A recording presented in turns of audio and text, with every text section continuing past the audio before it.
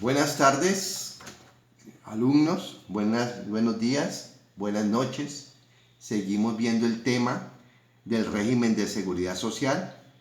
Ya terminamos la seguridad social y ahora seguimos con el subsidio familiar.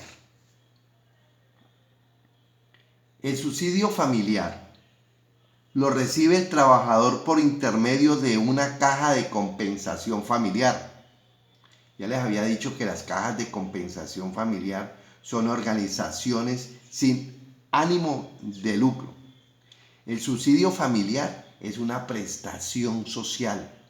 El subsidio familiar es una prestación social, la cual se paga en dinero y servicios a los trabajadores cuyo salario mensual no sea superior a 4 salarios mínimos y que tenga personas a su cargo. Entonces, quien devenga hasta 4 salarios mínimos tiene derecho al subsidio familiar. Todo empleador que ocupe uno o más trabajadores está obligado a pagar el subsidio familiar desde el momento que el trabajador tenga el carácter de permanente. Y cuando el trabajador tiene el carácter permanente, ya lo vimos iniciando el tema. Es decir, cuando el trabajador pasa el periodo de prueba, que es la etapa de conocimiento, ¿se acuerdan, no? El periodo de prueba es la etapa de conocimiento. Pasado el periodo de prueba máximo, que máximo son 2 meses, ya el trabajador adquiere la calidad de empleado permanente. El subsidio familiar no constituye salario, es una prestación que social, no constituye salario, es una prestación social. El empleador pagará por este concepto el 4% de la nómina mensual. ¿A quién? Pues a la caja de compensación familiar a la cual están afiliados ¿qué? Los trabajadores. El subsidio familiar es la prestación social que puede ser en dinero, especie y servicio a los trabajadores medianos y menores de medianos y menores ingresos en proporción al número de personas a cargo. Y su objetivo fundamental consiste en el alivio de las cargas económicas que representa el sostenimiento de la familia como núcleo básico de la sociedad. En dinero, subsidio en dinero, es la cuota monetaria que se paga por cada persona a cargo que derecho a la prestación, por decir algo, hijos que tenga el trabajador, hijos, hermanos huérfanos y padres mayores de 60 años. Entonces les paga el subsidio por cada una de las personas que ese trabajador tenga a su cargo. Subsidio en especie es el reconocido en alimentos, vestidos, becas de estudio, textos escolares, drogas y demás frutos o géneros diferentes al dinero. Esto se llama especie, porque es un beneficio también que tiene, ¿ya? Subsidio en servicios es aquel que se reconoce a través de la utilización de las obras y programas sociales que organizan las cajas de compensación familiar dentro del orden de prioridades prescritas en la ley. ¿Sí? Por ejemplo, la recreación es un subsidio de servicio.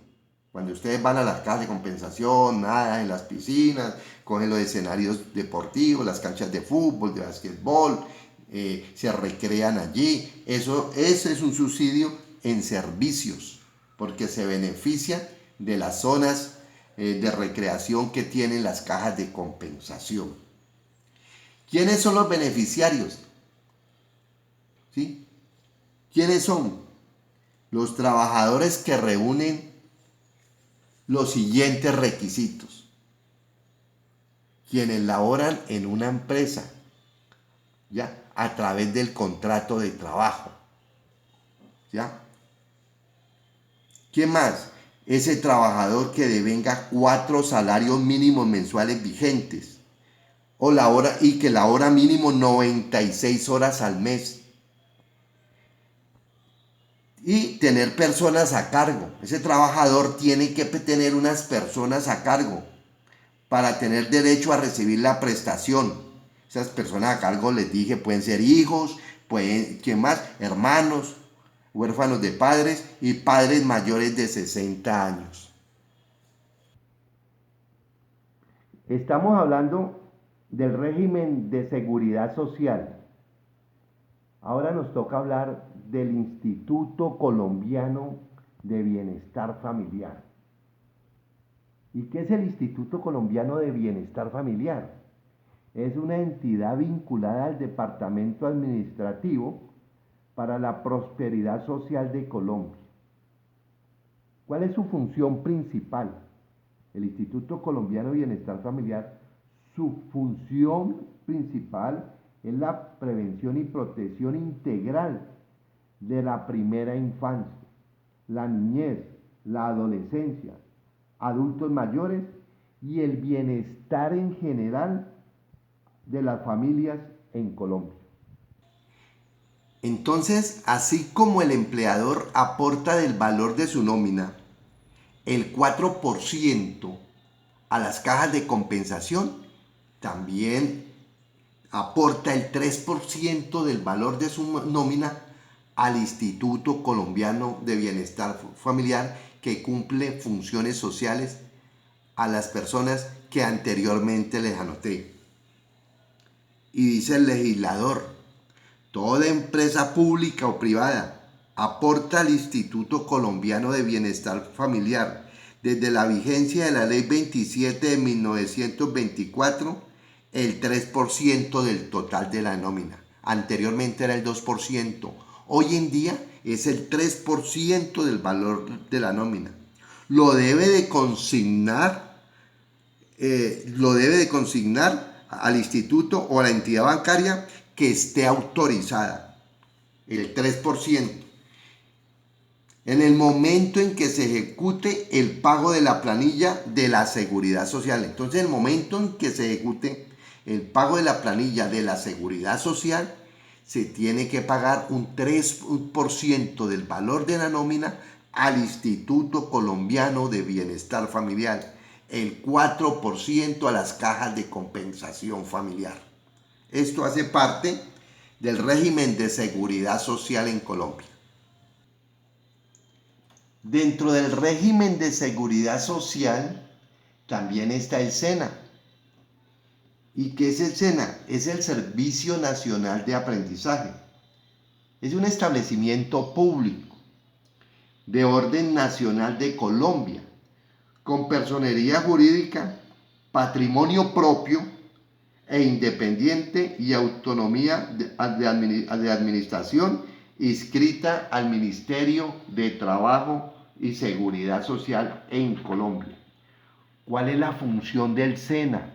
La función del SENA es prestar apoyo a las empresas y a los ciudadanos con el objetivo de ubicarlos laboralmente. Los empleadores particulares, los establecimientos públicos, las empresas industriales y comerciales del Estado y las sociedades de economía mixta pagarán el 2% como aporte al Servicio Nacional de Aprendizaje SENA. ¿Sí? Es decir, de la nómina pagarán el 2% del 2% para el SENA. Los empleadores de todas las actividades que ocupen un número de trabajadores permanentes no inferior al 20 fuera del aporte del 2% del que se trató en lo anterior, deberán contratar como aprendices un número de trabajadores que en ningún caso podrá ser superior al 5% del total ocupado. Régimen para la maternidad. Eso lo vimos también inicialmente cuando hablábamos de la licencia de maternidad y del fuero de maternidad.